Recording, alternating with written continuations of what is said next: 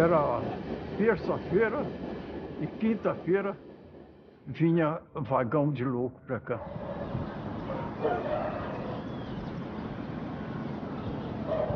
Não tinha nada diferente. Só no vagão de louco escrito vagão para louco, né? Tinha assim nas tábuas lá de fora assim escrito. Quer dizer que aquilo ali não tinha, passageiro não podia ir lá, né? Eu trabalhei numa estação chamada Aureliano Mourão. Lá, coitado deles lá, chegava às 7 da manhã e saía às 7 da noite, nessa estação. Então os coitados sofriam. Tinha uns que choravam. Outros pegavam marmita de comida. Nós tínhamos um restaurante que fornecia boia para eles, para qualquer um lá. Às vezes comia era com a mão, outras vezes comia de um modo muito esquisito, igual porco ali, né? Poxa, assim, né? Eu já vi a polícia judiar com louco, essas coisas tudo assim, mas tinha policial também que era muito humano, muito humano. Eu vi policial, o dinheiro dele não dava para ele comprar pro louco, a boia dele ele deu pro louco, né? Ah, tem coitado que vinha para cá pro hospício aí, dava gosto você conversar com ele, você conversava direitinho. Tinha outros que cantavam, muita gente falava que tinha música, nem louco era. Diz que às vezes bebiam as coisas lá, faziam umas besteiras, a política ou algum enguiço empurrava ele como louco, as autoridades, né? Daqui é que ia pro hospício. Bom, o que eu pensava era o seguinte, eles iam sofrer, mas era o recurso. Eu acho que é uma missão muito difícil. Quem cuida de um louco. Tinha 5.000 pacientes quando eu entrei aqui, na época.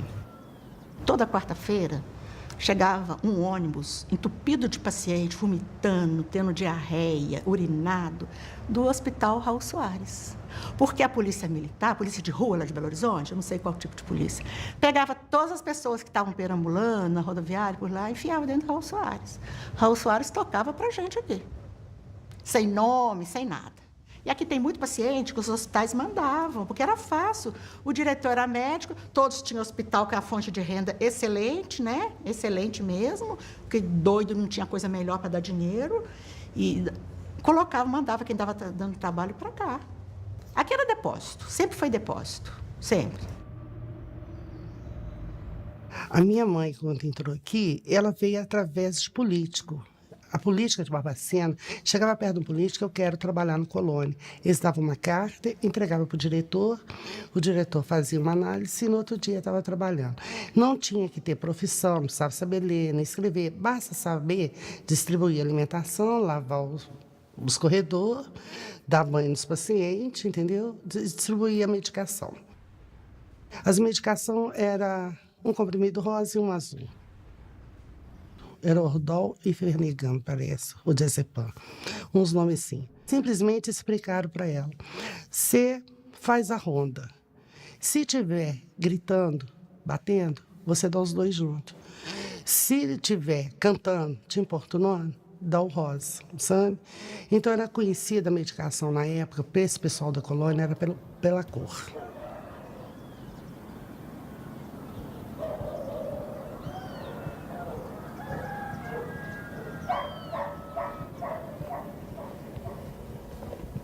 O final do século XIX em Barbacena é marcado por um mito que se cria na cidade, no Brasil como um todo, de que aqui havia um clima muito especial, clima serrano. Ele era o oposto daquele momento em que o Rio de Janeiro é tido como uma cidade insalubre, das grandes febres, das grandes epidemias. Então, de certa forma, a elite do Rio de Janeiro, que é a capital do Brasil, então começa a descobrir em Barbacena um lugar para se tratar. E não é só das doenças respiratórias, das doenças clínicas. As chamadas doenças nervosas começam a ter espaço no antigo sanatório, que é o ancestral do Hospital Colônia. O antigo sanatório, que funcionava nos prédios que hoje compreendem a assistência aos alienados, ele era um lugar de muito requinte, com os talheres de prata, com um menu muito charmoso, todo em francês. Ele tem uma linha de trem exclusiva para atender essa clientela que chega. A mesma linha que depois vai ser comparada com as linhas que os nazistas usavam para o complexo de Auschwitz. Então é uma história paradoxal. Ela começa com um requinte de um spa de luxo para pessoas ricas, que depois foi adquirido pelo governo do estado de Minas Gerais e ao longo do século XX se transformou no terrível Hospital Colônia de Barbacena.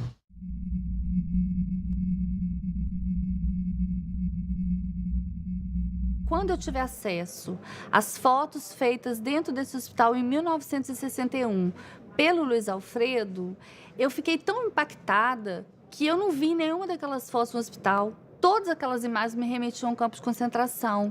E o fato de a minha geração não saber nada sobre essa história me deixou muito indignada. Como é que uma história como essa, como é que uma das maiores tragédias do Brasil acontecem diante dos nossos olhos e a gente não sabe nada sobre isso?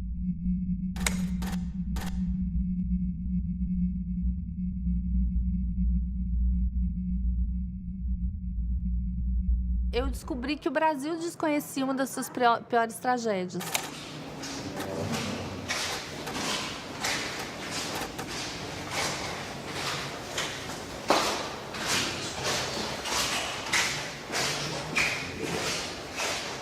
A gente tinha que botar o paciente no lençol e rotular o nome, procedência.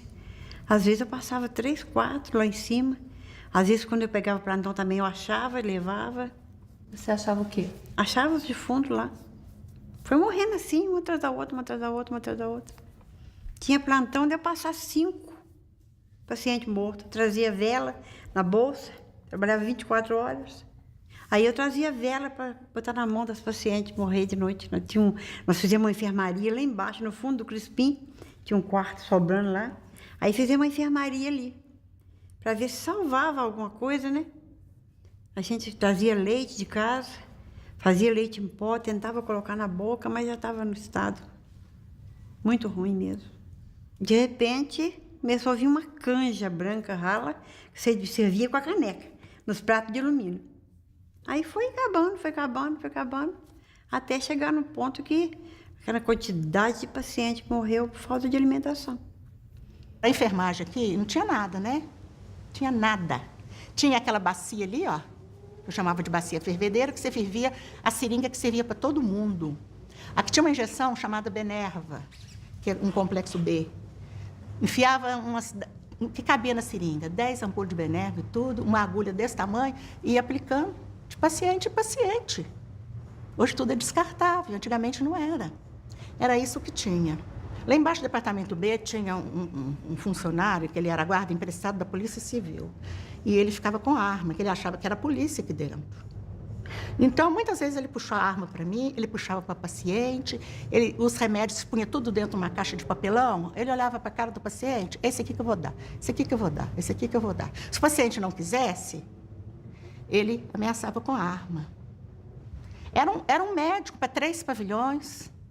Eles chegavam na portaria do pavilhão, chamavam os funcionários e aplicava a medicação para ser aplicada. Tinha pavilhão igual o Crispim, que era o horror dos horrores. 400 pacientes, homens, tinha uma grade fechando, tudo violento, sem medicação. E se você entrasse lá, eles pulavam em cima de todo mundo.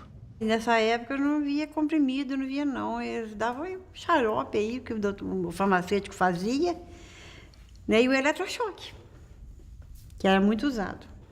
E aquelas muito agressivas, muito violentas, que não tinha resposta, que não tinha as medicações que tem hoje em dia, dava eletrochoque.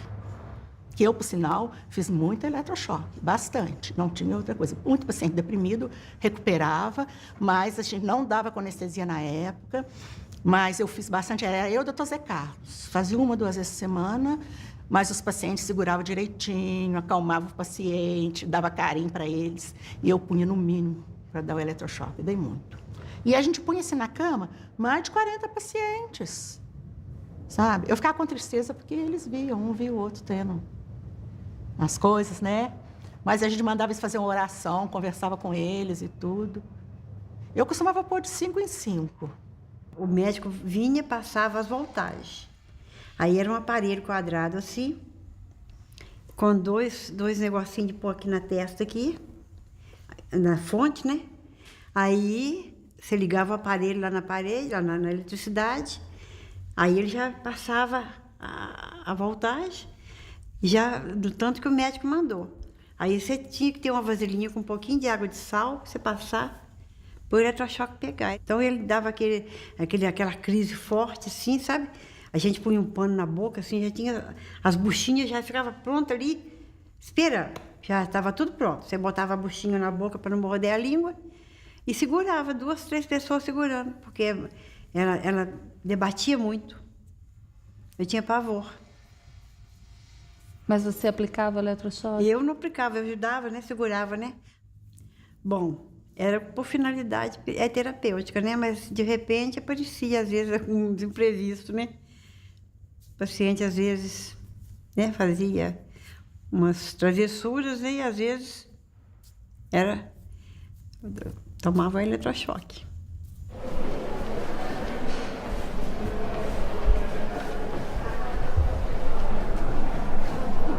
Eu tive vergonha de ser psiquiatra foi quando eu vi as cenas que eu vi. Foi a vergonha de ser gente. Foi de ser psiquiatra só. De ver o que é possível fazer com o outro.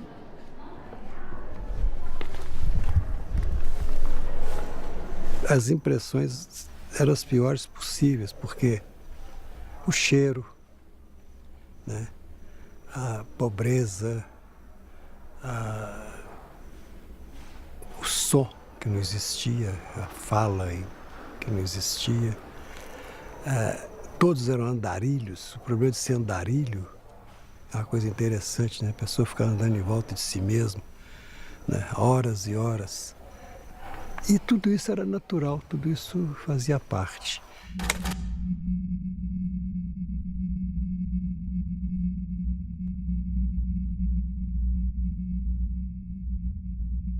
Uma das coisas mais impressionantes dessa história é a situação dos meninos de Oliveira, exatamente porque eles tinham, ao contrário dos pacientes do Hospital Colônia, eles tinham algum tipo de deficiência física ou mental. E os pais sentiam vergonha desses filhos e encaminhavam esses filhos para um depósito de crianças chamado Hospital de Oliveira. E aí, quando esse hospital fecha, esses meninos, eles acabam mudando de depósito e acabam sendo encaminhados, então, para o Hospital Colônia no início da década de 70. Veio mais de 100 crianças, acho que 140 crianças para cá. Veio um ônibus cheio. Vieram os 3 funcionários. Quando pega que o filho é seu, pacientes que a gente não conseguia pegar, precisava 2, 3 pessoas, todos com alguma deficiência física, nem falavam. Era isso que tinha aqui. Tinha um pavilhão de crianças aí na FEMIG, eu ficava lá. A gente tomava injeção de impignar, o corpo da gente ficava todo torto assim, ó. Ficava todo torto. A gente fazia força para descer o braço assim, não conseguia, doía muito. Dava choque lá. A gente ficava no pátio lá pelado, ficava na cela pelado também. Jogava água na cela, a gente ficava dentro da água na cela, ficava apanhando lá, aqueles enfermeiros, sabe? Batia na gente lá. Você é da onde? Belzonte, Paulo Santo Figênio, pai do tio. Pai Antônio Antônio Paulino, meu pai do tio. Me criou desde pequeno assim, ó. Eu fui lá em Belzonte e não vi ele mais. Mãe morreu. Quando eu era neném, ela morreu. Cheguei com 12. Toninho, você tá com quantos anos? Não sei mais, não.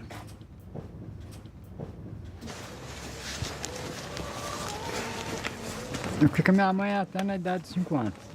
Ela teve problema de tuberculose, na época não tinha cura, a doença não era erradicada e ela morreu.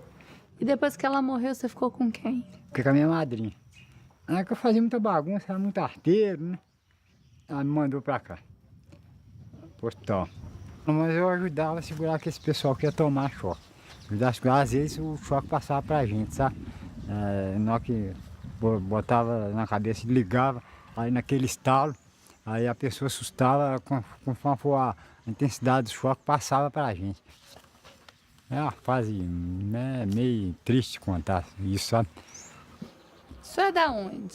Eu sou Benzonte. Eu vim de criança. Mas agora o que tem? Eu fui treinar lá na FEMIG, mas eu tomei injeção de entortar e eu beirei morrer. Foi à toa, eles meteram a vara na vente, batiram na vente lá, meteram a vara na vente. Lá pus ele na cela também, lá tinha cela, pus ele na cela, pelado, sem roupa, sem nada. E fazia isso com a gente à toa. Eu não fazia nem atinal nem nada. Eu fazia vacina todo dia. Era obrigado a fazer vacina lá. Não fizeram, ele me ticou na gente lá. Xingava a gente. Meu pai não internou em orar. Meu pai não internou em orar. Ninguém veio me visitar, nem aqui nem lá. Ninguém. Eu tô com saudade do meu pai até hoje.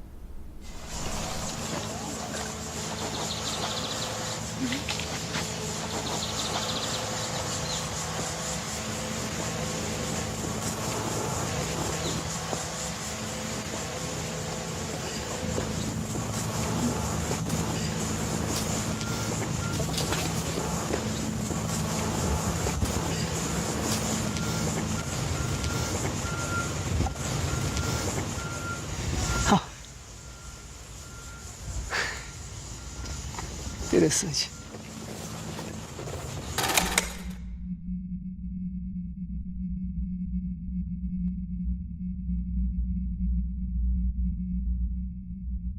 Eu estou sentindo que eu estou todo arrepiado. Talvez seja alguma coisa que não depende da opção consciente, né? Mas deveria ser alguma portaria. Eu não tenho memória mais. É 35 anos, né?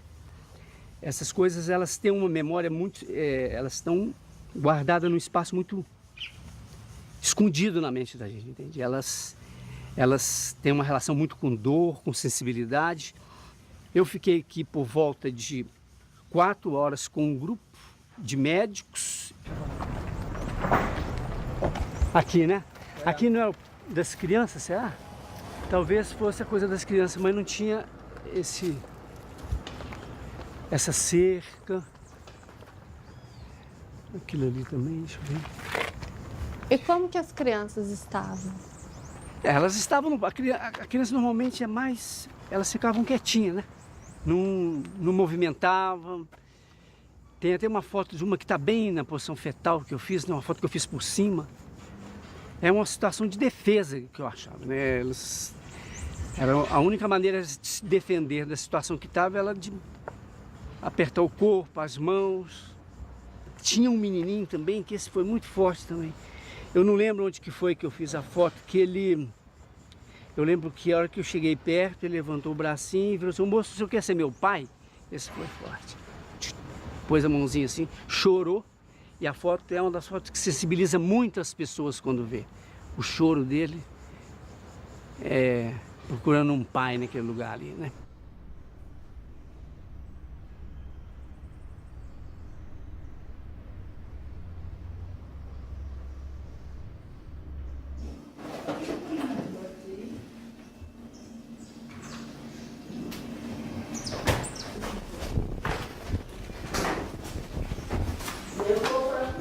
Era criança. Minha família internou eu, criança, assim, na Oliveira. Eu dei alguma crise, assim, não tinha remédio para levar no médico, aí me internou. Injeção, tinha aquela injeção grossa, desse tamanho assim, dava aquela injeção grossa na gente, de pregnar, choque já vi os outros tomar, e paciente morrendo, tadinha, sim. E nós já passou fome também, isso eu já falo verdade, quem fala verdade merece castigo. Nós ia lá no mato para pegar capim de lixo, cheio de formiga, para botar num colchão. O colchão era assim, era um colchão assim, de pano. A mãe mandava fazer, remendar assim, assim, e botar na cama para a gente dormir. Os bichos tudo mordendo a gente, a formiga mordendo a gente. Ninguém apareceu. Mas eu tinha saudade da minha família, eu já sonhei com a minha família, já sonhei com minha mãe, assim, que eu ia na rua assim, mãe, me dá um copo d'água. Aí ela falou assim, não, filha, entra dentro de casa, assim, não, mãe, quer só um copo d'água. Aí ela me dava um copo d'água, tem vezes que eu fico triste no meu quarto, saudade. Como é que eu vou fazer? Não posso fazer nada. Não fiz nada com minha família, não fiz nada. Eu não posso nem falar mais nada desse negócio, não, senão eu fico triste, minha família. É como se a memória deles, afetiva, tivesse parado no momento do abandono. Tivesse sido congelada ali, no momento do abandono, quando os pais deixam eles ali e nunca mais voltam. Quando os sobreviventes puderam falar, é impressionante o impacto que isso teve dentro do Brasil, quantas pessoas se sentiram envergonhadas pelo tratamento que durante décadas e décadas foi oferecido para pessoas consideradas indesejáveis sociais, a forma indigna que o Estado brasileiro e que a sociedade brasileira trata e tratou essas pessoas, é uma herança que nos envergonha.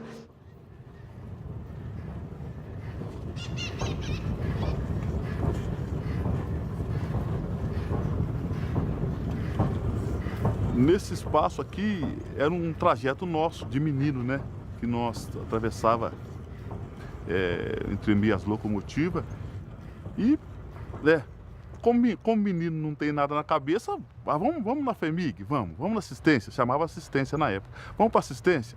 Vamos passar para nós ver os doentes, vamos. Aí subia no muro, ficava olhando, mas né? Hoje, assim, dá até dó na alma, mas era muita gente mesmo. Era como se juntasse muitos frangos, né? Muitos frangos. Muitos pacientes. Tinha uns normal, tinha uns que era normal. Esses que ficavam dentro desse recipiente lá, nesse quadrado, esses não batia bem mesmo, isso não tinha sentido de nada. Mas tinha uns que era normal, rapaz. Tinha uns que era normal, conversava com a gente assim, ó. Só que às vezes vinha de longe, né? Às vezes vinha de longe e a família punha aqui, largava, por aqui morria e aí ia. Era tudo aberto, né? Entrava e ia para o campo, jogar bola. Então, era o nosso dia a dia, né? Na Rua Memória hoje tinha um rapaz que ele era internado e às vezes morria alguns doentes. O que ele fazia? Ele punha tudo numa carrocinha de ferro e punha os doentes ali. Às vezes ele passava na rua da minha casa. Então nós pedíamos para ver, abre aí para nós ver os defuntos. Aí abria, nós víamos os defuntos, fechava, né? Ele subia com aqueles defuntos e tal. E tinha dia que nós corria atrás também da carrocinha e nós ia até no cemitério para ver ele jogar os defuntos. Fazia um buraco grande, jogava 5, 6, 7, pronto, e acabou. Sem caixão, sem nada. Não tinha nós de caixão não, entendeu? Então para nós era comum, né? É igual hoje, você vê carro na rua e ficar admirado. E hoje é onde é um dos cemitérios que está desativado.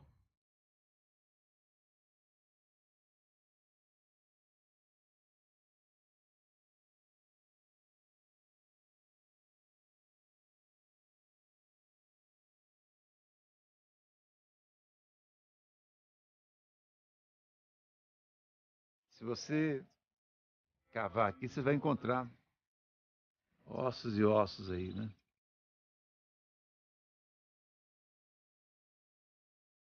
O cemitério era uma cultura de que as pessoas não poderiam ser sepultadas junto dos chamados normais, né? Os suicidas, assim como os negros e também os loucos tinham que ter um local para sepultamento. Pouco depois da criação do hospital, em 1903, já se fazia sepultamento no cemitério do Cascalho, depois cemitério da Paz, foi dado o nome. Esse cemitério ele é criado praticamente junto com a criação do hospital. E os corpos vinham num caixão improvisado e aqui julgava e levava o caixão de volta. Era enterrado, tanto se você, nós estamos aqui sobre ossos, entendeu? Ou seja, pelo volume de pessoas que foram sepultadas aqui, que então a qualquer momento você vai encontrar ossos humanos aqui. Num hospital onde se tem relato que na época de frio chegava a morrer 60 pacientes, porque eles amontoavam, um protegendo o outro, um se protegendo e os de baixo morriam asfixiados. Chegou um ponto que o hospital teve que criar 2 enfermarias de intercorrência clínica, uma no departamento A e outra no departamento B, que eu apelidei isso aqui Anticâmara da Morte.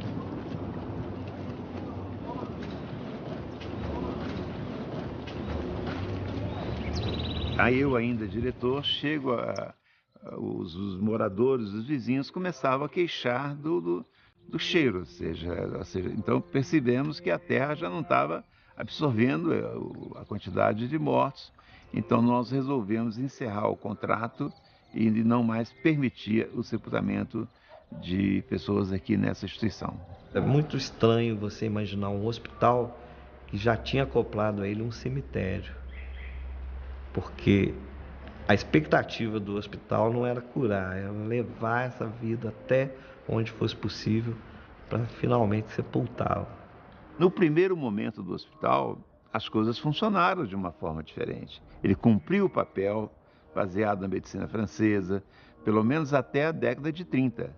É onde eu sempre afirmo que a partir do Estado Novo, o regime forte, né, as coisas começam a complicar dentro da instituição. A família, quando internava, ela não queria saber, né? Tem história, né, de famílias que internavam e mudavam de endereço ou de cidade para não receber ou não ter comunicado dos pacientes. Então morria, você não tinha como, às vezes, comunicar com a família, e quando comunicava, a família não tinha condições de vir buscar o corpo. Muitas vezes era cedido às faculdades.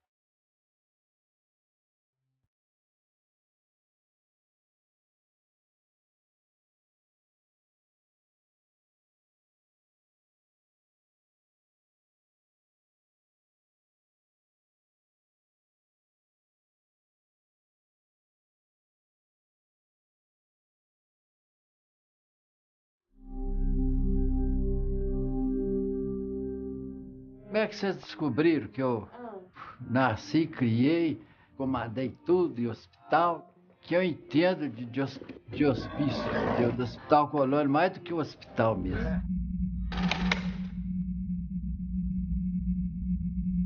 Qual que era a função do Relações Públicas? Relações Públicas, o atendimento às familiares que iam lá visitar os detentos, né? E eu tinha um relacionamento de coisa, e a secretaria era aqui na ala feminina, né? Aqui embaixo era o hospital da ala de masculina. Então, as famílias me procuravam, eu chamava uma das enfermeiras, porque sabia qual pavilhão que a pessoa da família estava internada, né?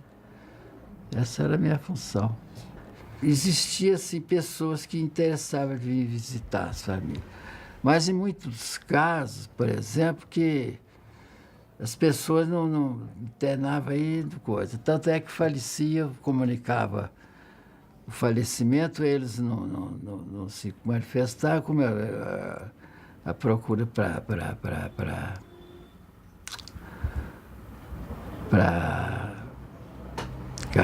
essas faculdades era enorme, né?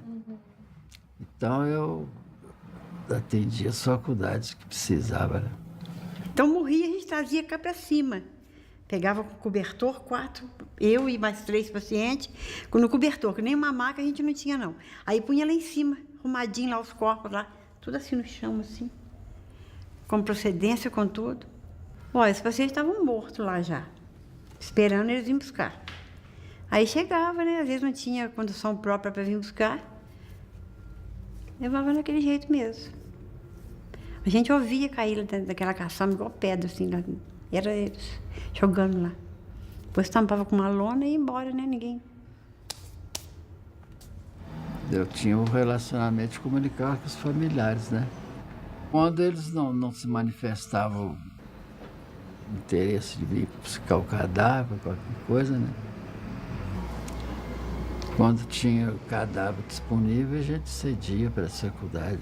E esses cadáveres, eles eram cedidos ou eram vendidos? Não, era cedido, não era vendido, não. A gente viu documentos, inclusive livros de registro, que tem o preço de cada peça anatômica. Preço? O senhor sabe alguma coisa sobre isso? Não, isso aí eu não sei, não. Como é que isso aí não estou ciente disso, não. Eu só recebia a ordem do diretor eu passava para o Clarido, que é o preparador, e a minha secretária fazia nada de dinheiro.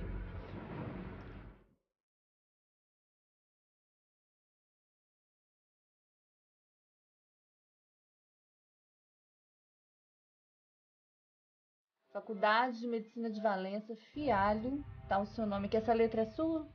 Essa aqui é. Essa é a letra do senhor? É.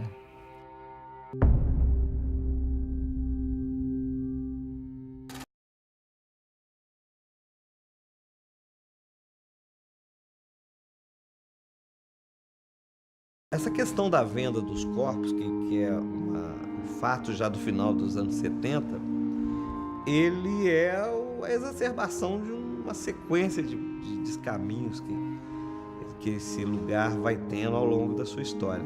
Quanto menos hospital ele fica, e mais prisão, e mais reclusão, e mais depósito de gente, mais margem para essas coisas que hoje a gente percebe como absurdas se dá para acontecer. Sai bem?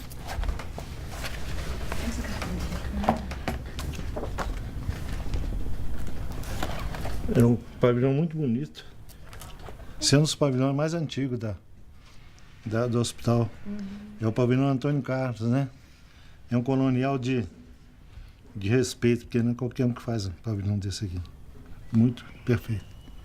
Esse aqui hoje é onde está funcionando a cozinha. Foi tirado o telhado e reformado para a cozinha. Estão montando a ferragem para encher o concreto. Um é o João Preto, paciente, tá vendo? Todos são pacientes, tá? Esse aqui da Pocilga com o paciente. Esse é o paciente que tomava conta dos porcos lá na Pocilga. É um paciente que, inclusive, ele morava, tinha um quartinho dele, tinha um chuveiro dele. Você daria o cigarro e ele está lá, tranquilo.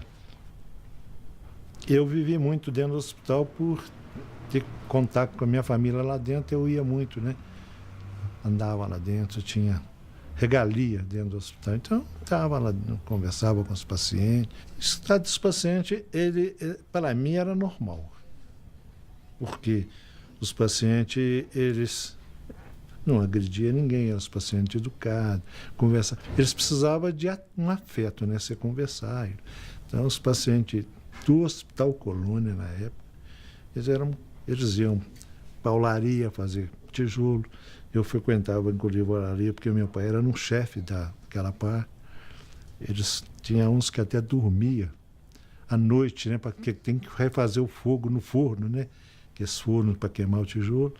Então, eles é que olhavam os pacientes. Do tempo que eu vivia lá dentro, lá tinha 280, 300 pacientes.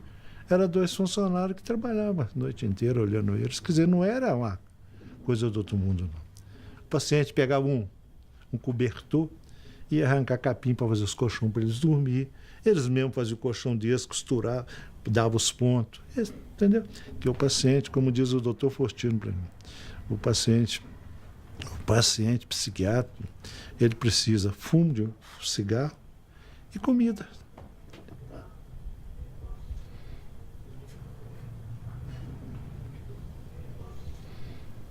Incomodava ver eles assim?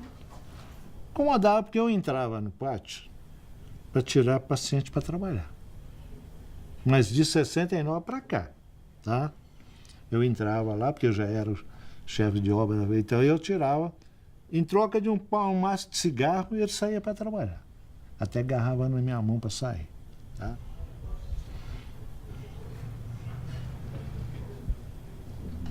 Os pacientes da colônia, os homens que era bom, saía para prestar serviço ao município, sabe? Calçar rua, capinar rua para o prefeito, sabe? E muitos diretores do hospital levavam paciente também para ajudar nas construções da casa deles que estava fazendo. E levava esse paciente para ser pedreiro, servente pedreiro, sabe? Mas eles não tinham pagamento, tá? Eles tinham, como diz o outro, mordomia de sair do pátio e ganhar um maço de cigarro, que eu passava aqui na secretaria e pegar o pacote. Isso aí. Eu mesmo, quando eu estava mexendo na reforma dessa casa, eu trouxe eles para trabalhar aqui. Eles trabalharam aqui comigo. Eu tenho um chão ali com os cacos de azulejo, foi o paciente que sentou.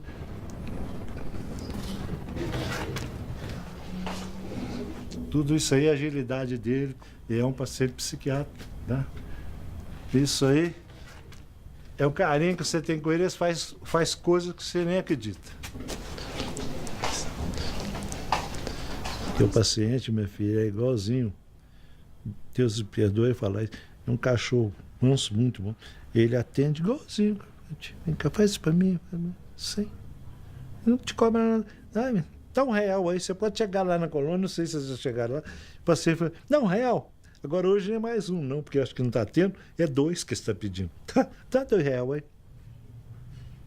As pessoas internadas aqui, que trabalhavam para a prefeitura gratuitamente, e aqueles que saíam para o mato para ajudar funcionários, ficavam outras pessoas, porque eles não ficavam andando no parque o dia inteiro. Por invés de contratar pessoas, usava os coitados para fazer esse trabalho.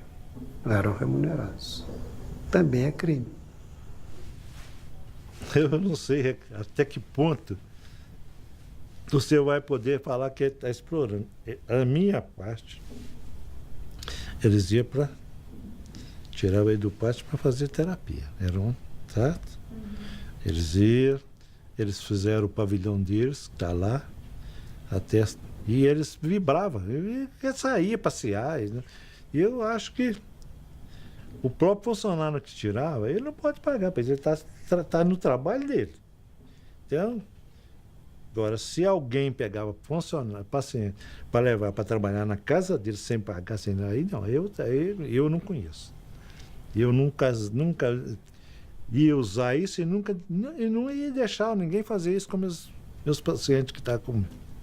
Tá?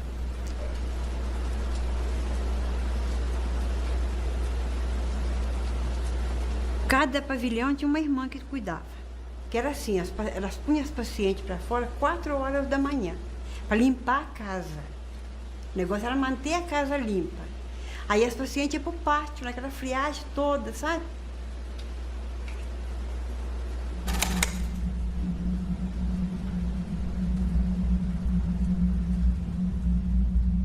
Tinha irmã de caridade aqui na época.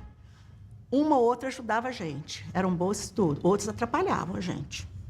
Sabe? Mas a limpeza no pavilhão que elas estavam era limpíssimo. Desde que os pacientes ficavam todo entulhados dentro dos pátios. Arrumou, pôs as coxas brancas de piquê, ninguém podia entrar. Elas rezavam terço com as pacientes. Elas tinham essa função de ir lá, rezar, orientar, entendeu? Se a gente precisasse de alguma coisa, elas é que tinham que vir fazer a licitação para vir buscar no almoxarifado. E ficava ali. Um certo tempo de manhã. De tarde você já não via mais elas. Elas exploravam muitas pacientes para fazer crochê, trabalho manual. Então, essas pacientes trabalhavam separadas. Trabalhavam só para as irmãs. Não faziam nada para ninguém. Tinha o dormitório escolhido, né? Era o primeiro dormitório de cima, que era o mais limpo. Ali só ficava elas. E elas recebiam para isso? As pacientes? É. Ah, não. Às vezes, assim, muito raramente, sabe? Mas, assim, um bolo que fazia lá na casa delas, que levava lá um pedacinho para elas. Mas muito raramente. Essa irmã Helena Coelho, que era a mais velha, ela era econômica, né? Que trabalhava no almoxarifado. Então, todo lugar, você sabe como é que é. Tem essas corrupção mesmo, né? Que a gente está vendo hoje, né? Então, vinha a carne de segunda e o dono da carne recebia como de primeira. Mas não deixava de dividir com elas, claro. Um dos principais trabalhos do repórter, quando ele vai contar uma história, principalmente uma história tão trágica como essa, é identificar as responsabilidades. E a primeira coisa que eu quis fazer quando eu entrei dentro do hospital e quando eu comecei a ouvir os sobreviventes, que pela primeira vez foram procurados, que pela primeira vez ganharam voz, eu queria que alguém me dissesse de quem era a culpa. E eu fiz essa pergunta centenas de vezes para centenas de pessoas que eu ouvi. E eu não conseguia chegar a uma conclusão, isso me incomodava muito. Até que um dia, uma das entrevistadas, uma das personagens do livro me disse assim: a culpa é coletiva, ela é de todos nós, é de toda a sociedade, porque todo mundo participou disso. Que essa resposta, ela é uma resposta que importante, porque não dá para, em nome da justiça, a gente cometer a injustiça de falar de um só nome. Foram 8 décadas de violação de direitos, 8 décadas de maus tratos, de tortura, de fome, de frio, 8 décadas em que passaram por lá milhares de pessoas. A cidade de Barbacena convivia com essa tragédia. Os funcionários conviveram com isso, as famílias deixaram seus parentes lá.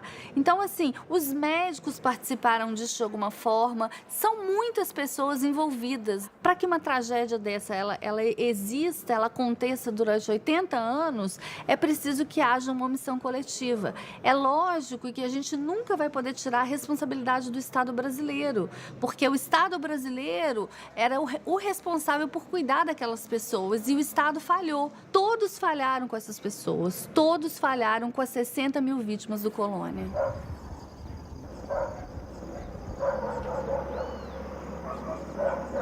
Minha lembrança da minha infância foi na FEBEM.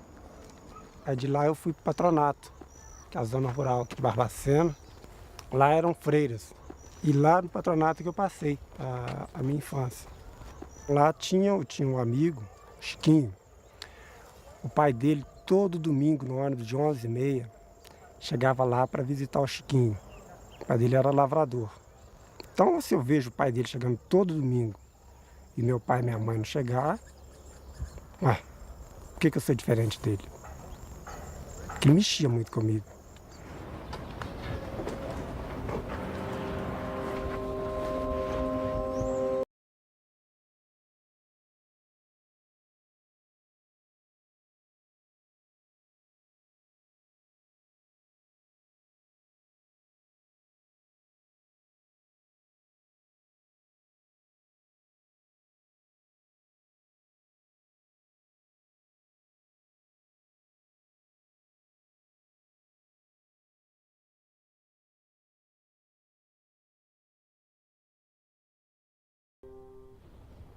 Assim que eu ganhei o João Bosco foi pro berçário e eu vim também pro berçário.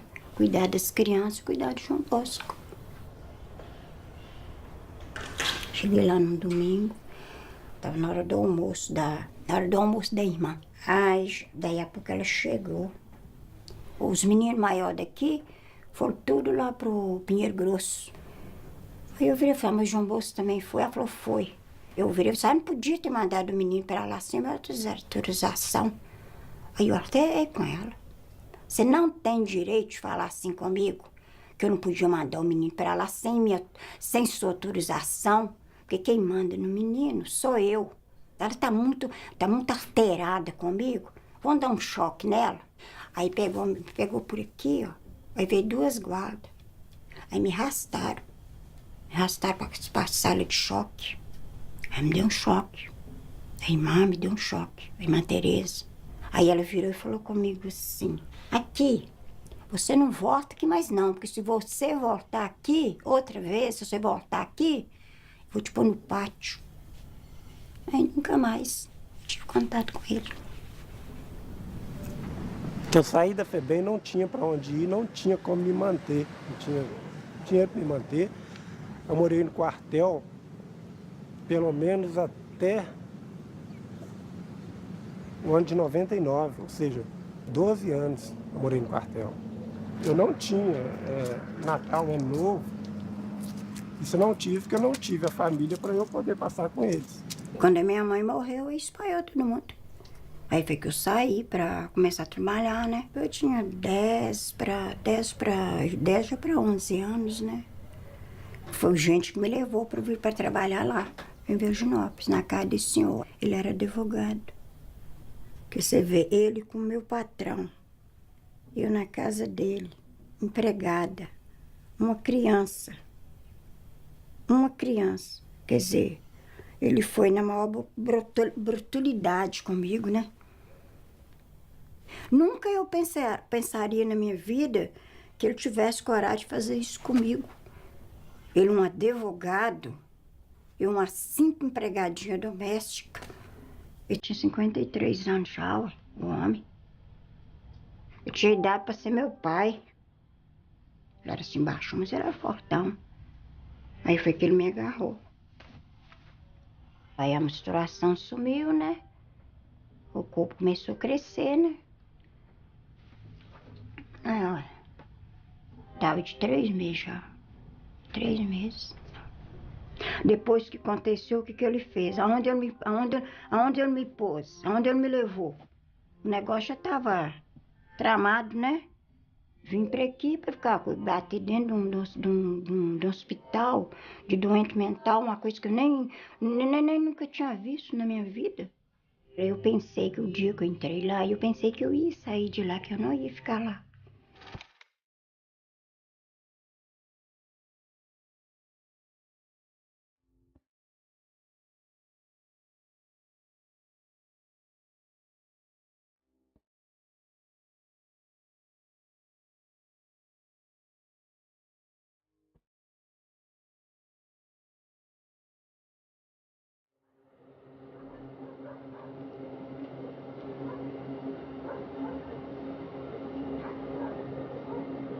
Fiquei mais crítica quando eu descobri a minha história e procurei a FEMIG, né, atrás de explicações, a forma que eu fui recebida.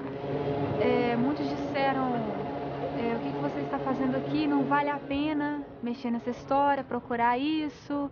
Ela não podia ficar comigo, ela não teve escolha. Muitos se colocaram no lugar dos meus pais adotivos, mas ninguém foi capaz de se colocar no lugar da minha mãe. Chamo Sueli Aparecida Rezende, nasci em 1955, dia 2 de julho, numa sexta-feira em São Paulo.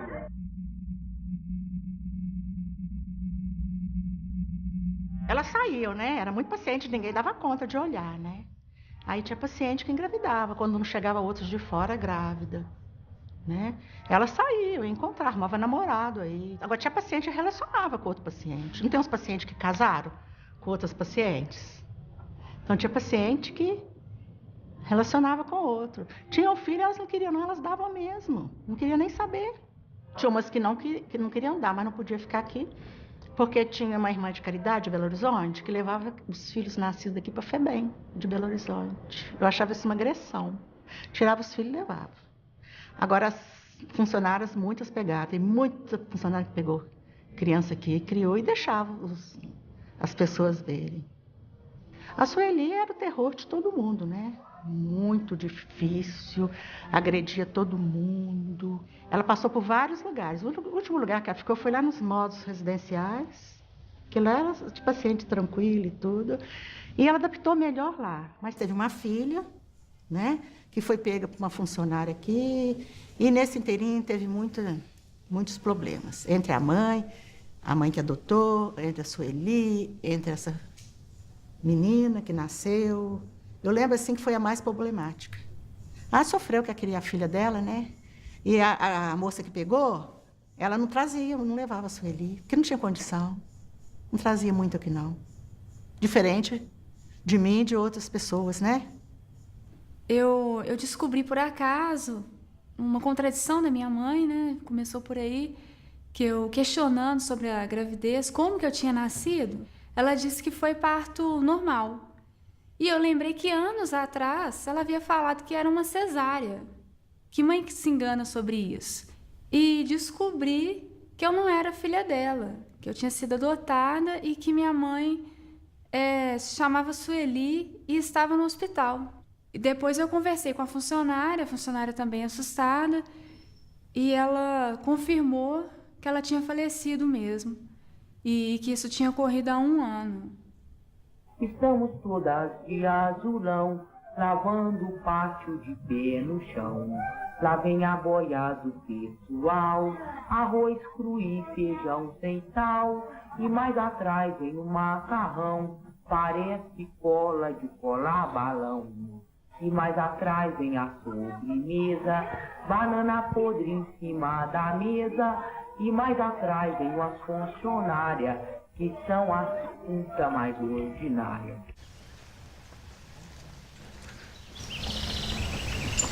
Eu nunca imaginava que um dia entrar nesse local aqui me traz recordações tristes. Aqui onde esteve minha mãe.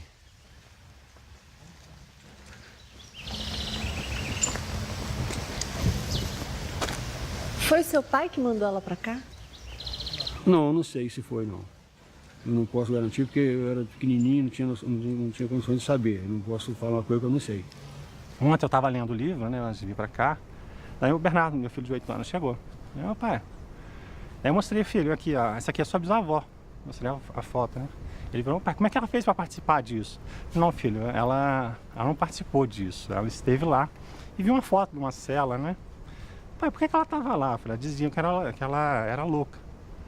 Né? Daí falei, uai, mas eles prendiam os loucos? Por que eles prendiam, filho? Porque ele pensava diferente, via um mundo diferente. Né? Você entendeu? Eu falei, não, nem eu, filho, nem eu.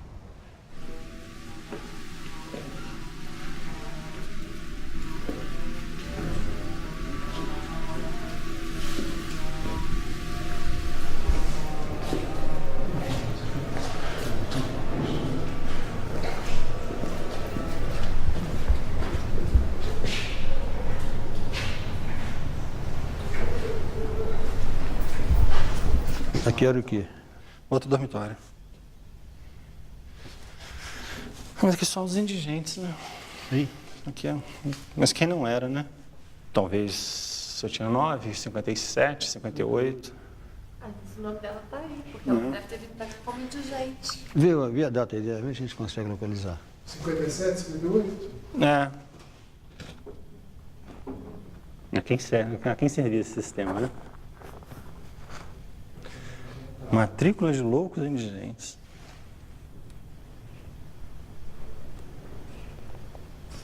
Preta, preta, branca, parda, preta. Não dá pra achar, não quer ser com mais calma. É muita gente, né?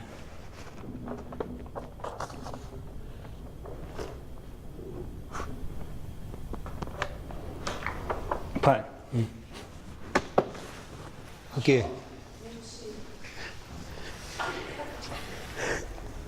Era minha mãe.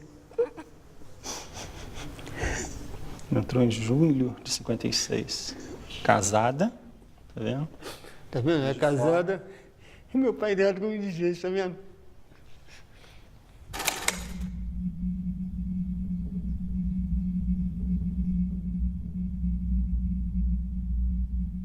Feito tração no nome, aviso pedido verbal do esposo da paciente, Jorge Severino. Vou.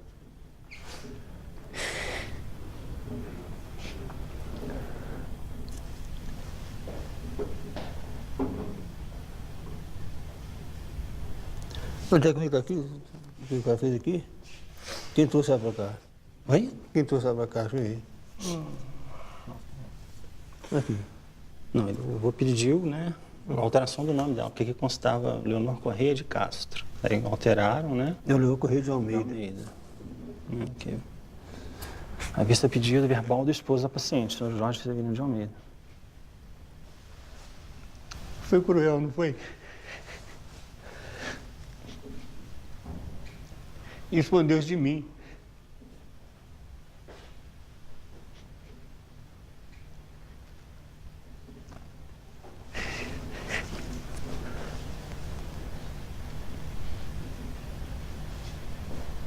É.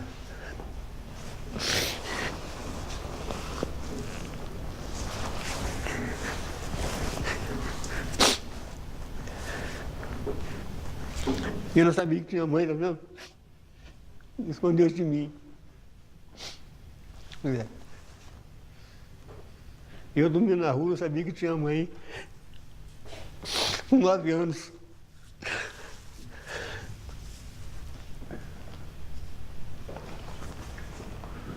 É.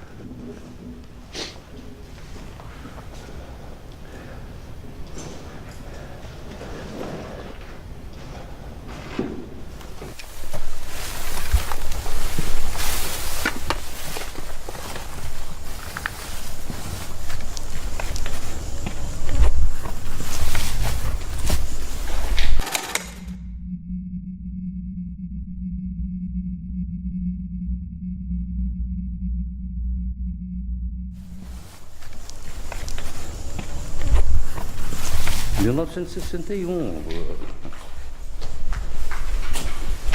são quantos anos? 55? É como se as pessoas tivessem desaparecido, nascido no mato. E foram 6 horas, eu queria ter ficado 6 dias. Mas eu acho que eu não conseguiria produzir muito mais do que isso. Se havia coisas piores, eu não sei. É como se fosse um pesadelo que eu tivesse vivido aquelas 6 horas. A emoção, a ficha caiu no dia seguinte, ali era só profissionalismo.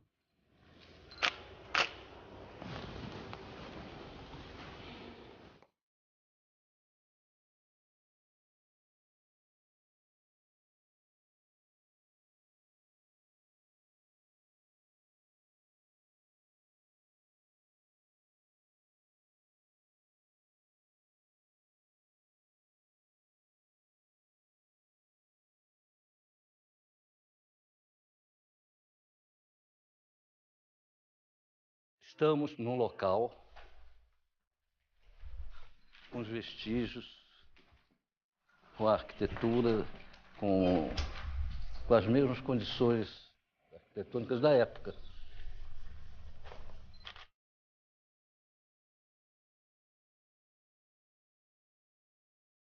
Aqui, ó. Essa parte aqui é aquela ali, ó. A porta é aqui, ó. Aquela parte ali. E a janela, e a porta. É daqui para lá.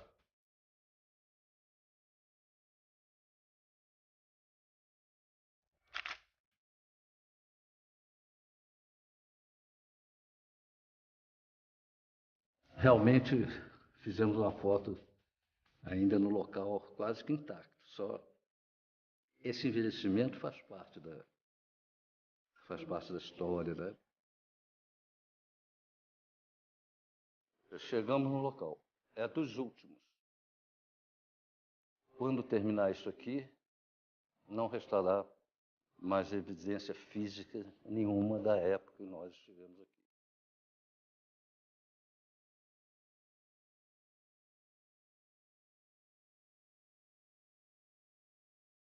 De tudo que eu vi em 20 anos de profissão, nada se compara a isso. Essa é uma das coisas que eu fiz que marcaram mais. É isso. Mais nada para falar.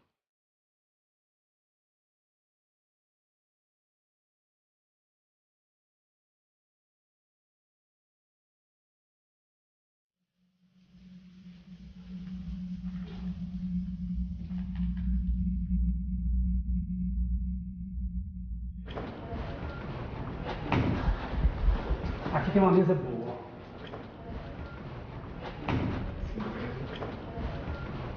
Aqui, ó. Dá certo esse aqui, ó. O significado é muito diferente, tá vendo? Eu entrei porque era uma grade. A condição dele dizem que era de violência, no entanto, aqui também, essa aqui é a forma, entendeu? O pavilhão das mulheres, elas abertas, elas vinham para a porta. É o mesmo o discurso básico. A maioria delas não tinham distúrbios, vamos dizer, neurológicos, alguma podia ter alguma coisa que a fisionomia mostra, mas essa senhora, essa aqui, e olha o tanto que está lá no fundo.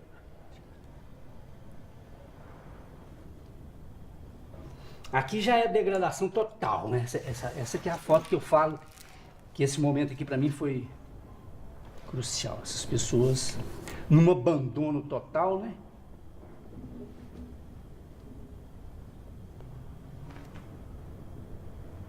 Essa aqui foi muito forte. Presta atenção naquilo que eu falei das mãos e dos pés. A perda da mobilidade, do contato com o chão ou com o outro, que a mão perde a mobilidade, o pé vira um negócio. Aqui, olha. Olha para você ver. As mãos têm que ser recolhidas porque não tem com o que fazer o contato, né? Aqui a do afeto, da troca de carinho, as mãozinhas delas aqui.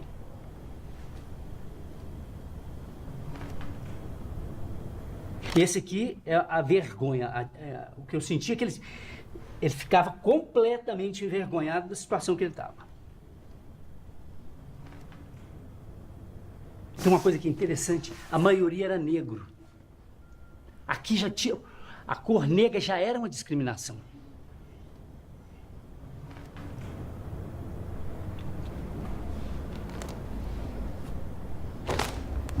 Aqui, olha. A pessoa que eu falo que perdeu tudo. Isso aqui é sol, abandono, apodreceu. É como se ela tivesse me cobrando, faz alguma coisa, mas o que se podia fazer? E olha isso aqui também, ó. Ao rosto de pavor do menino aqui. Olhando para lugar nenhum.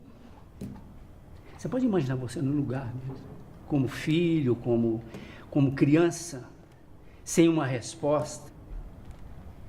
A boneca está aqui, mas a boneca está algemada. Ó.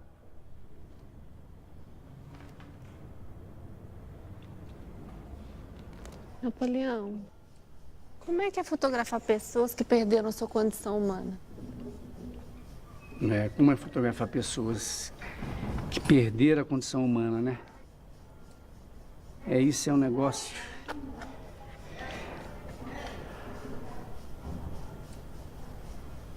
Como que é fotografar? Tem umas perguntas que são feitas, que para mim nos chama de koan. São perguntas para exatamente quebrar a sua lógica cartesiana para entender. A resposta dessa pergunta é a não pergunta. Você tem que chegar nisso, entende? Como que é isso? A resposta, ela não pode ser lógica. Então, como é que é fotografar um ser humano sem condição humana? Você tem que conviver com isso para ter essa experiência, entendeu? Que muitas vezes a resposta a um negócio desse é quase que um silêncio de respeito a essas pessoas que não tiveram um retorno para a vida, né? Essa desumanização que foi institucionalizada naquela época, né? Esse número de 60 mil pessoas que tiveram a morte antecipada numa instituição e por uma ciência que se propõe a fazer elas ficarem vivas, né? Propõe elas melhorarem. Isso é uma coisa muito séria, né? Eu não sei a âmbito da condição do ser humano que isso pode significar. Isso é a palavra que você falou é uma tragédia. Alguma coisa que era para fazê-las estar numa situação melhor destruiu essas pessoas, né?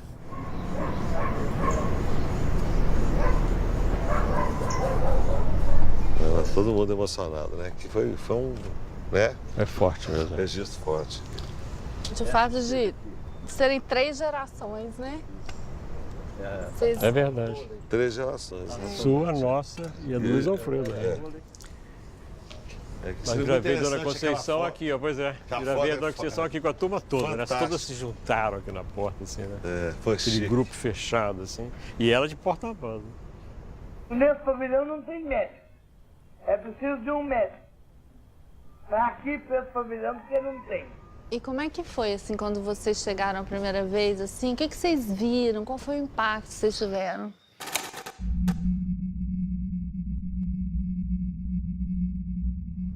Eu tinha visto umas fotos, eu não conhecia o Cruzeiro, as fotos do Luiz Alfredo eu não conhecia.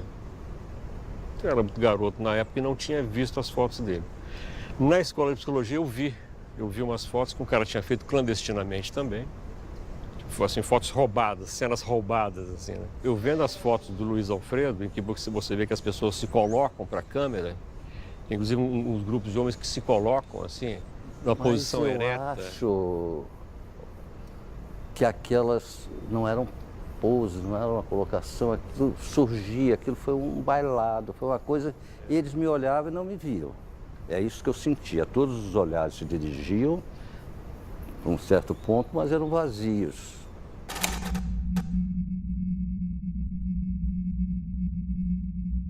Você veio pra cá, né, com a cara e com a coragem, né, velho? Sem recurso, como é que foi? Uma equipe de 5 pessoas. Quando a gente veio aqui naquela visita que viemos juntos, né? Você, eu, Simone, aquela turma. Quando eu voltei para lá que percebi que tinha abertura para fazer o filme, né? Em 5 dias eu montei a equipe e falei, não pode perder, né? Essa porta fecha.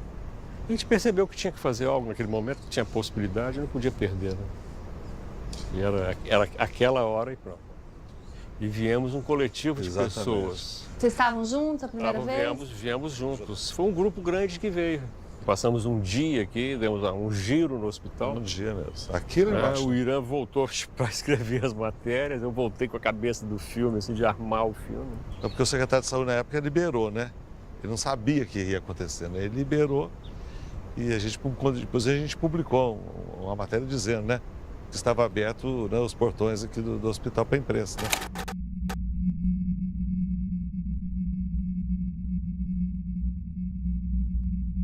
Nada se aproximava do que a gente viu aqui ao vivo, os pátios, a quantidade de pessoas, os pátios cheios, sabe? O pavilhão das mulheres, dos homens, das crônicas. Se tem uma coisa que para mim ficou guardado para sempre, quer dizer, e não está no filme porque o filme não tem, é cheiro. Quer dizer, um cheiro permanente aqui que eu acho que é dor, é sofrimento. Acho que o sofrimento tem um cheiro. Então esse cheiro, quando eu vejo o filme assim, às vezes o que mais me lembra é o cheiro. Eu acho que é uma dimensão que você só tem quando você está dentro dela. A maior parte das lembranças é no pátio das mulheres. Que uma delas chegou para mim e falou assim, eu sei porque vocês estão fotografando a gente. É para quando a gente morrer, vocês saberem quem morreu. E a vontade delas de aparecer e tudo era muito grande. Então você percebia assim que era uma forma de dizer, olha, eu estou aqui, estou viva, eu estou aqui, eu existo, e pôr a cara.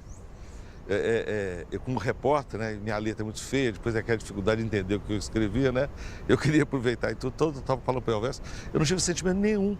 Eu estava ali um profissional, um repórter, eu tinha que anotar tudo, até o sentimento, né, se era cheiro, se aquilo, eu tinha que anotar cheiro, tristeza, eu anotava o nome, porque eu não tinha sentimento nenhum, eu estava em operação, trabalhando tecnicamente. Eu senti mesmo drama quando eu vi o filme, Em Nome da Razão, né? Nós, né, foi tudo junto. Quando eu vi ao vivo ali aquilo, aí que viemos acumulado. Nossa, entrei em pânico.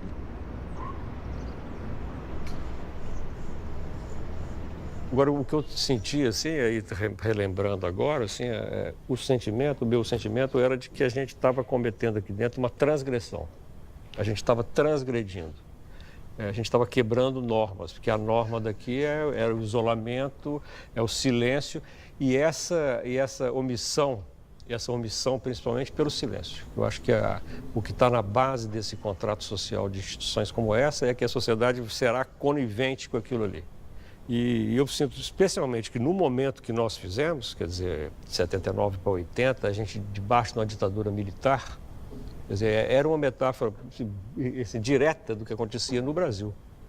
Do silenciamento, né? Do silenciamento, e a gente estava entrando, quer dizer, aí eu acho que, até comentando com o Irã, o título da matéria dele, Os Porões da Loucura, é perfeito, assim, é perfeito porque naquela época a gente falava no Brasil nos porões da tortura. Da ditadura. Os porões da ditadura, os porões da tortura, quer dizer, era o que era a voz corrente. Eu sinto que naquele momento a gente estava participando de uma revolução. Nós estávamos sendo agentes de uma revolução que estava acontecendo aos olhos nossos ali, na nossa vista ali, e que de fato ia modificar isso aqui para sempre. A primeira coisa mais importante que aconteceu, que eu achei que foi importante, foi a reação do próprio meio psiquiátrico, né? As pessoas, quando elas estão tratando com os doentes mentais, elas estão dando o máximo, elas acham que é aquilo. Elas não tinham consciência disso, né? Então, essas pessoas, se você criticar o trabalho dela, elas ficam revoltadas. Então, o pessoal que trabalhava nos hospitais psiquiátricos, eles não foram acusados de praticar a barbárie, não. Eles viram como eles praticavam um ato barbário.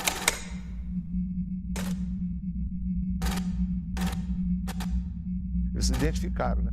Então, o que aconteceu? No primeiro momento, eles ficaram revoltados. Eu recebi muita crítica, metendo pau no meu trabalho, metendo pau não sei o quê. E depois eles viram o tamanho da atrocidade que eles estavam envolvidos. Isso que fez o que aconteceu, a revolta psiquiátrica, que partiu deles mesmos, e eles ficaram revoltados. Eu acho que a gente ajudou a proporcionar esse cenário.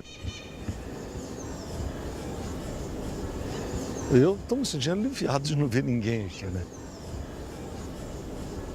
Essa ausência deles aqui, essa é a mudança, né?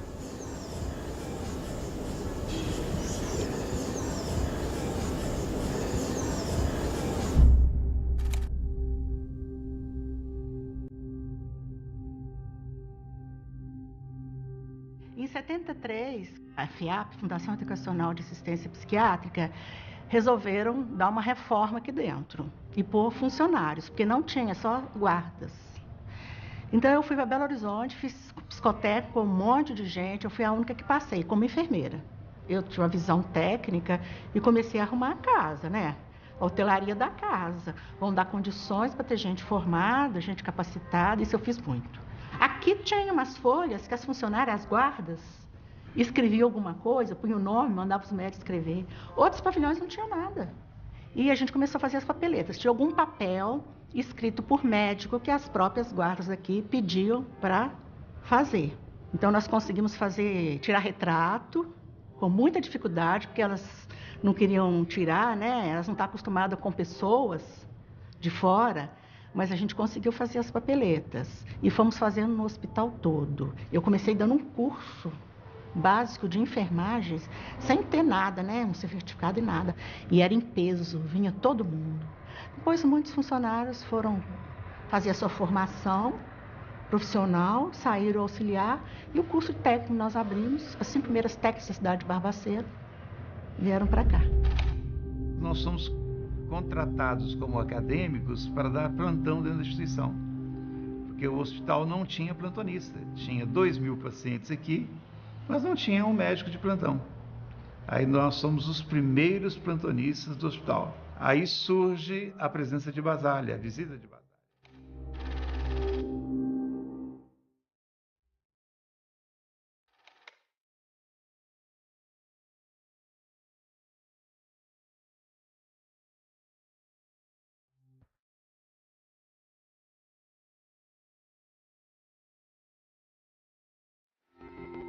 E ele conhece as instituições psiquiátricas, onde ele chama isso aqui de um campo de concentração. Ele vem, faz a crítica, e Basale passa a ser um símbolo, passa a ser uma bandeira da nossa luta por mudanças do modelo assistencial.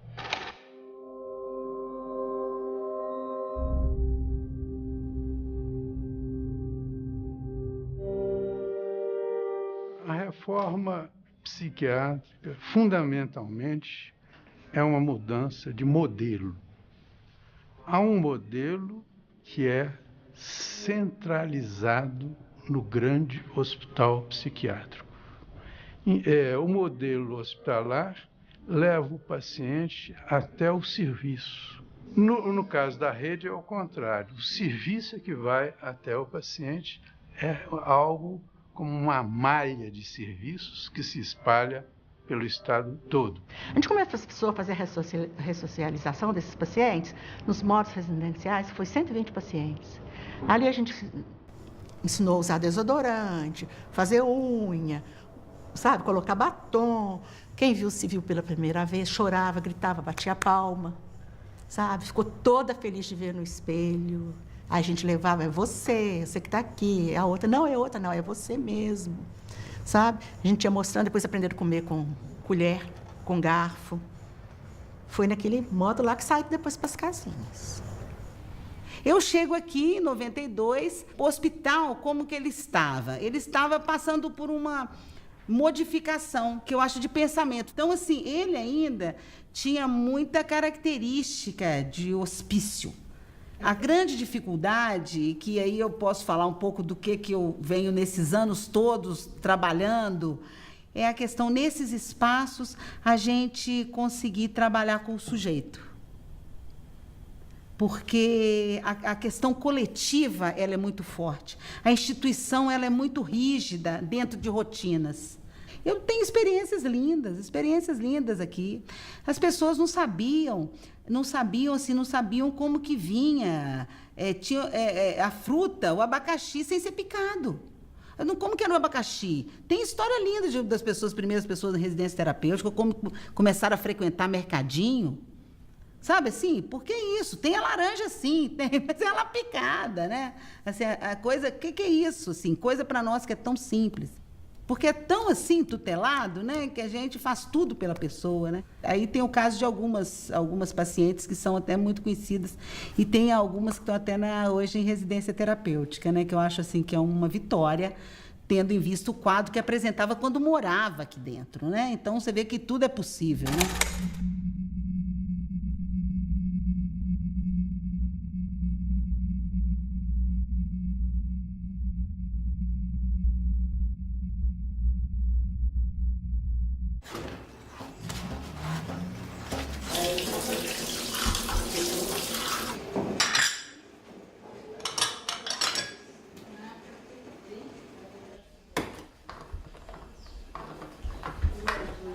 Eu já viajei um dia de avião.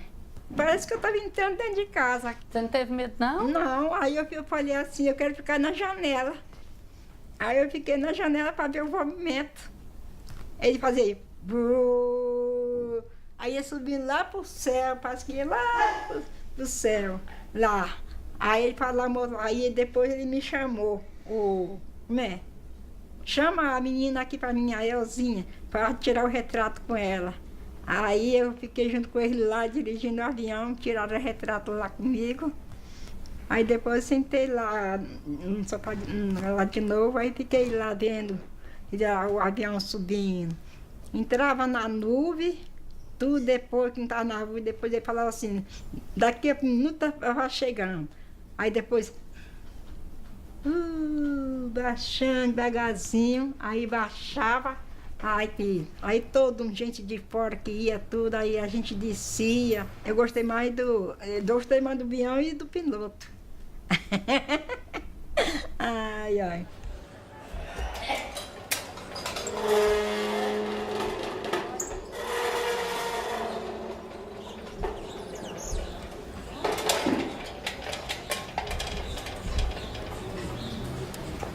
O senhor representa hoje uma instituição que tem essa herança.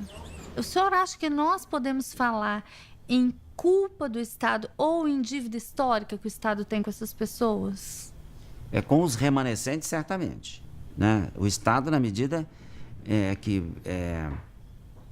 mesmo que, e é bom que seja feito esse registro, o Estado ele agiu, né, em consonância, em sintonia com os conceitos, com a instituição da psiquiatria, com a medicina, com o sanitarismo. Não agiu contra os preceitos sanitários, contra o ordenamento da instituição médica, nem do judiciário da época. Então, ele foi um instrumento, digamos, passivo. Então, é do Estado, mas é de nós todos. Eu acho que esse reparo tem que fazer. tem que avançar, até porque a política do Estado é desinstitucionalização, né? Já tem muitos anos que a gente está trabalhando nessa lógica, né? Conseguimos fechar vários hospícios nesse país, mas que não tem recuado na política de saúde mental. Na política nacional de saúde mental, a gente não tem visto recuo, assim. Ninguém fala em abrir leito, né? A integração, a escola inclusiva, o tratamento ambulatorial, o apoio familiar, o foco deve ser esse, né? E isso alcança tudo. Alcança a educação, alcança a assistência social e alcança a medicina. Mudou muito nesse sentido, que hoje realmente as pessoas têm um tratamento com dignidade. A vida hoje é digna aqui. Eu costumo dizer que se nós ainda tivéssemos a mesma realidade, nós estaríamos hoje com milhares e milhares e milhares, porque ainda permanece a tensão na sociedade. Eu posso me ver livre dessa pessoa, aquela comunidade pode expulsar aquela pessoa do seu convívio, aquela família pode se desincumbir, aquela pessoa, ela de alguma maneira incomoda, eu mando para Barbacena. Quer dizer, isso, eu acho que essa é a raiz, né? É a noção, é a ideia de que é possível uma instituição que segrega as pessoas. A sociedade ainda tem muito de higienista. E o discurso da periculosidade, ele dá suporte a esse higienismo, né? Eles usam a agressividade para cometer violência. Nós enfrentamos hoje um problema grave, que é a da judicialização e das internações por ordens judiciais, sobretudo, e na sua imensa maioria, para pacientes usuários de drogas, os dependentes químicos. Quer dizer, por essa via, você pode ressuscitar, não uma situação como essa, mas no fundo, uma certa destituição da humanidade de alguns pacientes. A gente tem que estar sempre lutando para que essas coisas não se reproduzam, não nesta intensidade.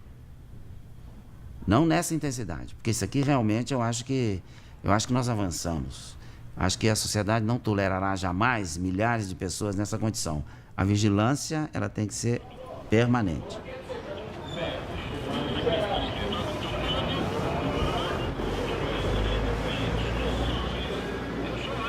A casa foi criada para eles, né? Tanto que são 4 rapazes e 3 moças.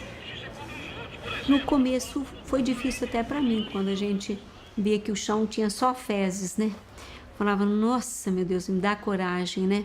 Os primeiros dias eram difíceis mesmo.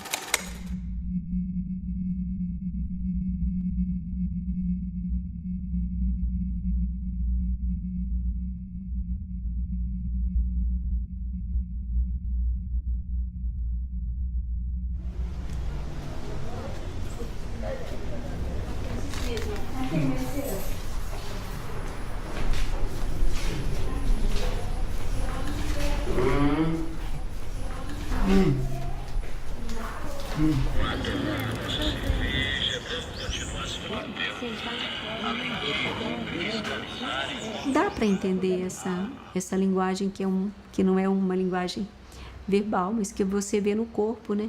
E eu acho que foi mais através de olhar para eles e entender, né? Por exemplo, às vezes o Albino estava numa posição e eu falava, não, o Albino está se sentindo incomodado nisso aqui, vamos trocar, vamos deixar, né? Porque não tem rigidez. Eu falo, olha, gente, vocês vão me desculpar, mas quem trabalha aqui não tem rigidez de nada, não. Por exemplo, quer andar, anda, quer levantar, levanta.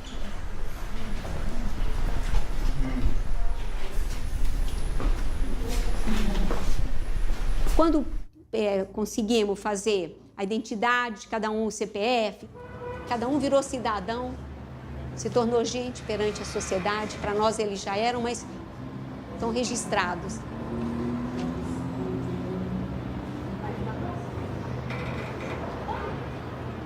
E o Silvio é aquele menino lourinho que tinha uma opção de moscas, né, em cima dele. Quando ele estava daquele jeito, passa alguém e fala, essa menina tem mais que morrer. Essa menina aqui, é esse menino que é um galã de cinema, porque ele era louro, o cabelo era mais bonito. Hoje eu envelheci, mas eles também. Então o cabelo era todo lourinho. Eu falei, esse é um menino que é um galã de cinema. Aí ele estava lindo mesmo, aí todo mundo ficou impressionado.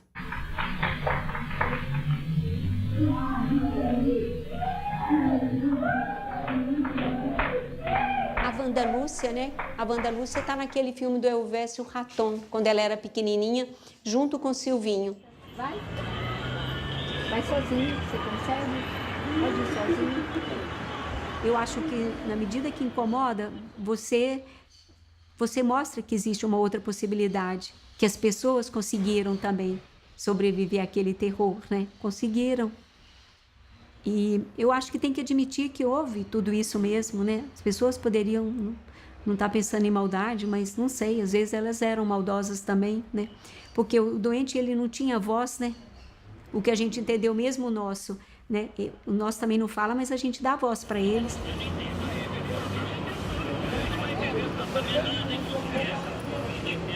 Achei bonito, né? Porque eu nunca imaginava que uma irmã de caridade ia ter 7 filhos e bem deficientes, né? E que a gente acreditava que poderia modificar. E para mim foi na minha vida de irmã de caridade religiosa foi bonito demais eu poder ficar com a curatela deles, né? De vez em quando alguém batia aqui na porta, até o diretor do Raul. Ô, irmã, eu posso colocar o rapaz que está lá? Não, né? Infelizmente não. Eu não, porque a gente não fez para ficar aumentando as camas. Daquilo que eu falo, o dia que um for para o céu, essa cama vai ser tirada e o espaço vai ficar vazio, sim. Até que forem todos, né?